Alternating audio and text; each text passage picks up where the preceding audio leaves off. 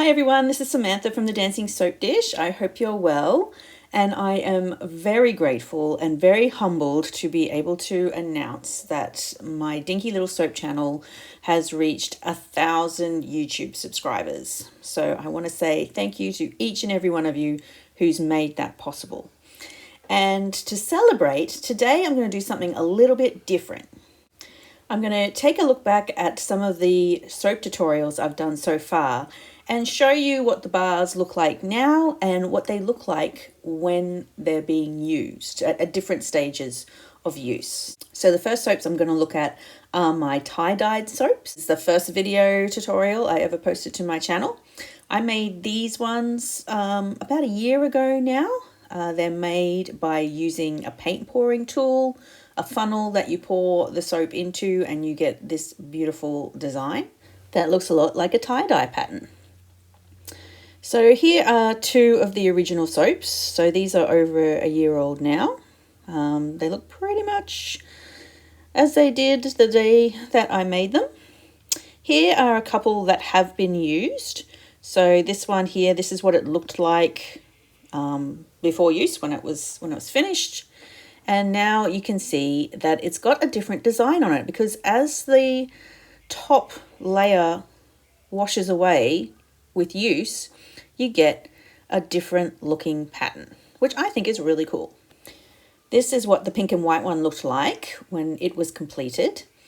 And now you can see that the flower is becoming more defined, and even that little round spot in the middle, I'm going to try and see if I can wear a bit of soap away to bring out that little pink spot in the middle. There we go. So as you're using it in the bath or the shower, there we go. The sort of the flower picture is going to change and morph. Here's another example, this beautiful yellow and green one. It had an amazing pattern concealed within. This one here is orange, pink, and purple.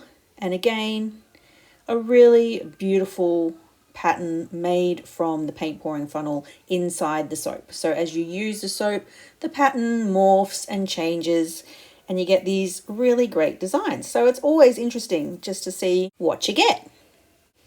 I also use the paint pouring tool combined with cookie cutters to make these Easter soaps.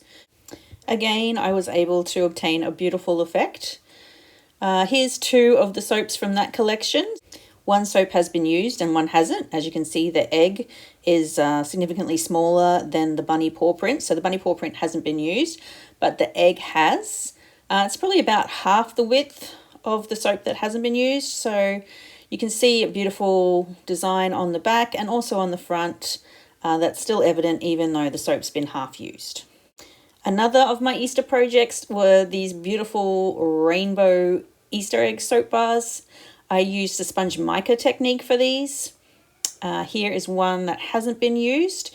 I did these 6 months ago. Here is one that has been used. So as you can see, it's smaller and also thinner than the original bar. This is what it looked like before use. And as you can see, when you put these in water, the mica becomes so shiny and just glistens in the light. The clear soap becomes nice and clear as well, and you can see the beautiful rainbow pattern on this soap. Here's another one that has been significantly used. So this one's even thinner. There's not much left of this soap, but as you can see from the original, it had triangles of all different colors on it, and now the pink triangles and the blue triangles at the sides have been worn off, but I've still got the center triangle, so there's still some design left, even though there's really just a small sliver of soap left of this one. And that's what I really love about this technique, because the color is in the dead center of the soap, that if you can use the soap evenly on both sides, you can keep that pattern there for as long as the soap is in use. Here's another example of the sponge mica technique, my beautiful rainbow soap bars. I gave one away to a friend, but I used this one, and I want to show you it's nearly finished. Look how thin it is. I've nearly used this one all the way. It has a very thin layer of clear and a very thin layer of white on the back, but it still has all of this amazing color. I mean, I've really only lost what's been worn away around the edges. And again, this one, when it's wet, when you're using it, the colors just become so incredibly vivid and shiny. It really is amazing. I find myself staring at my soap instead of washing myself in the shower because it's just so pretty. Moving on to a different type of soap now. These are my beautiful frozen heart soaps. They're made using the cracked ice technique. So this is one of them here. I made these 7 months ago. This one is the one that's got the frosted edging. It's frosted around the edge there. You can see just the little marks of frost setting in. Here is one that I've used a fair amount. There's really not a lot of it left if you compare it to a bar that hasn't been used. So a significant amount of this has been used. This is what it looked like to begin with.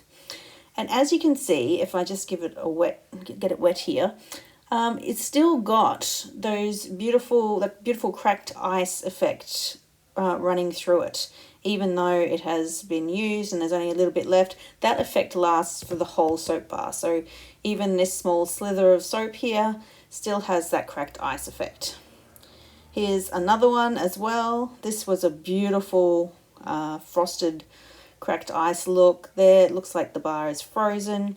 Again, if I get that wet, you can see that it still has all those beautiful angles and designs, facets, I suppose you could call them, within the soap. So these are really beautifully designed soaps designed to be able to see that effect all the way through. This one doesn't even have its heart shaped anymore. This is what it looked like originally. And it looks like it's got some ice crystals running through it. Not even heart shaped anymore. There's barely any of this left, and yet it's still got that amazing cracked ice effect. So I really love that. I think that's a great soap. These are my stunning stamped mandala soaps. As you can see, they've got beautiful glimmering colors and a stamped mandala embossed in the center. I made these about 3 months ago. Here's one. This is wrapped in plastic, which is also, I show you in the tutorial how to wrap them up. So here's a bar. It's still intact. It's still wrapped. Haven't used that one. And here is another bar which has been used. So as you can see from the side, it's significantly thinner than an unused bar. And it's still got this beautiful mandala pattern in it. It's slowly wearing away around the edges. Here's what it looked like before I used it. So we have lost a little bit of space around the edges. But here it is here. When these are wet, they are just so incredibly shiny. And if you look at them from the side, you can even see like the three-dimensional mandala, sort of the embossing from the side. The beautiful gold and yellow mica just glistens. And the whole thing is just stunning and beautiful to look at. It's a beautiful design. Here's the green one. This one, again, possibly used just a tiny bit more than the yellow one. It's a little bit thinner. And again, this is what it looked like to start with. So it has shrunk a fair amount, as it would with use, but it's still got that beautiful mandala in the center. And as it gets thinner and as it shrinks, you'll have remnants of that mandala pattern right till the very end of the use of the soap. And it's just gorgeous. It's just such a joy to use it. And of course, I couldn't forget the soaps that I did as a tribute to the Barbie movie. I have Pink Gingham from her dress, and then also the silhouettes of Ken and Barbie, and then this one on the end, which is inspired by the Barbie dream house. So it's got a little bee in it and a nice pink archway. I've made these only very recently, so I haven't had a chance to use them all yet, but this is one of the Barbie Dream House soaps. This one hasn't been used yet, so that's what it looks like complete. I made 2 of these. As you can see here, this is what they look like finished. This is one of them which I have been using because it smells so pretty, rose geranium. As you can see, if you look at them side on, well, a significant amount of this soap has been used. But I still have a majority of the arch, except for maybe the columns down the bottom, intact. And of course the bee, which was a stencil that I used. So I stenciled around it in pink, Barbie pink mica, and that bee is still very much evident there. Now I'm going to take a look at some of my Mosaic soaps. I hope you've been following along with my Mosaic soap challenge this year. I've made a lot of Mosaic soaps, but this is one of the first ones I made. It's just some beautiful floral themed ones, and there's a bit of a random geometric shapes as well. Here is one that I haven't used, this yellow tulip bar. But these ones I have used a little bit. So if you have a look at the side there, you can see there's been a little bit of wear, especially when compared to a bar that hasn't been used. That one's about half the width that it was. And as you can see, the mosaic is pretty much still intact. This is what this one looked like to begin with. It's starting to wear away around the edges. So the circles and the triangles here are starting to wear away. Same with this one here. This one's had a little bit more use. And some of these little tiles around the edge are disappearing, and this will sort of shrink into the middle, but this blue flower here will sort of be evident right until the very end. That's what this one looked like when it was first made. Another soap that's going to be beautiful right to the very end. Here is one of my very popular designs, Glass Tile Effect soap, made with little hexagonal mosaic soap tiles. Here are two that I haven't used, the ones with the gold leaf in them. So these are 7 months old now, and that gold leaf has not tarnished because I used real gold leaf, or gold leaf that you can use in baking. I found it in the baking aisle at the supermarket. It's edible, and it's also perfect for use in melt and pour soap. Here is one I have used. There's actually not much of it left, just a small sliver here. This is the blue one that I made. There is barely any left, but just look that there is some pattern still on it. So this is what it looked like when it was first complete. Now it's been used almost to the end, and there is still some evidence of that mosaic pattern on it. It's a little bit wobbly because it's sort of been formed to my fingers as I've been using it because it's so thin now. This is what it looks like compared to a bar that hasn't been used. And this was just a joy all the way through. You were able to see the beautiful sparkly glass tile effect right down to the very last sliver of soap. So that's a really awesome soap, those ones. These are the neon mosaic soaps that I made. Again, a very similar concept to the glass tile effect. Here's one that hasn't been used. Here's one that has been used significantly. There's a small sliver of that left, and as you can see, the mosaic pattern is still very much alive and well on the surface of that soap, looking beautiful every time it's used. So another great example there of a soap that is just so much fun to use.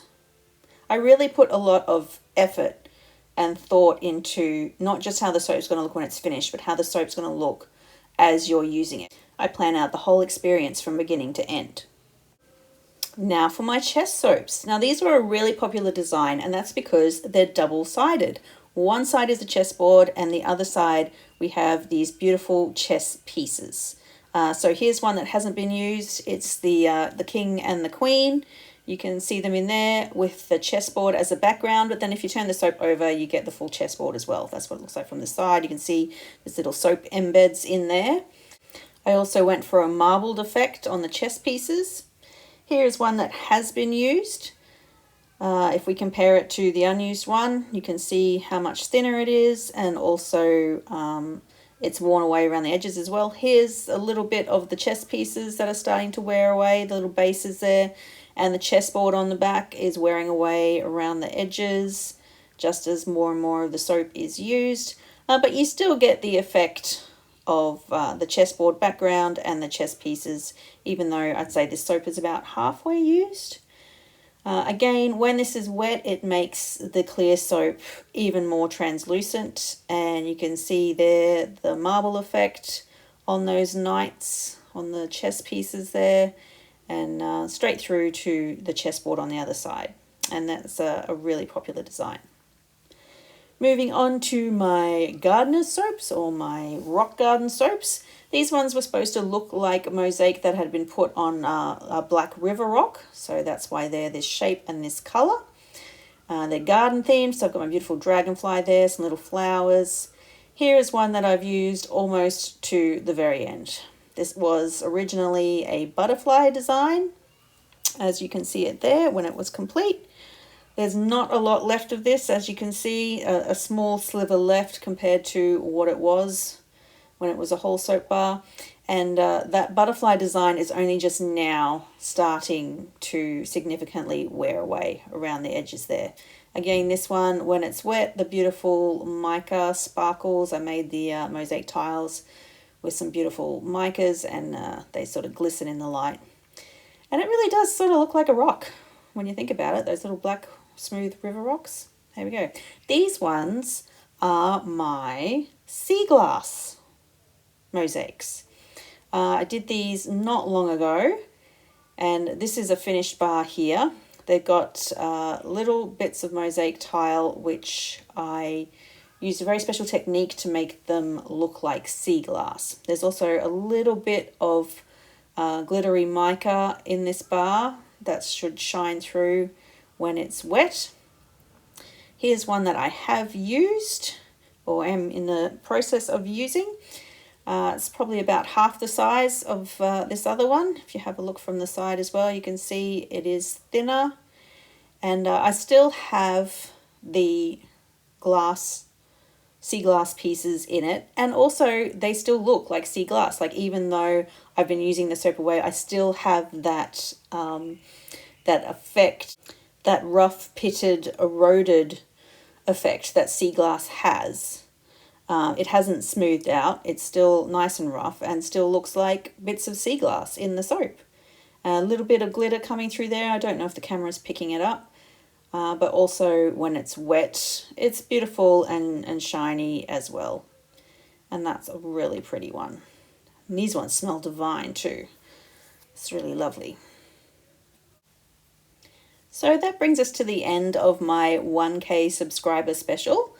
I really hope you stick around and keep watching my channel. I do have many, many more ideas up my sleeve that I'm yet to share with you. Thanks again from the bottom of my heart for watching, liking, and subscribing. I'll see you next time. Enjoy!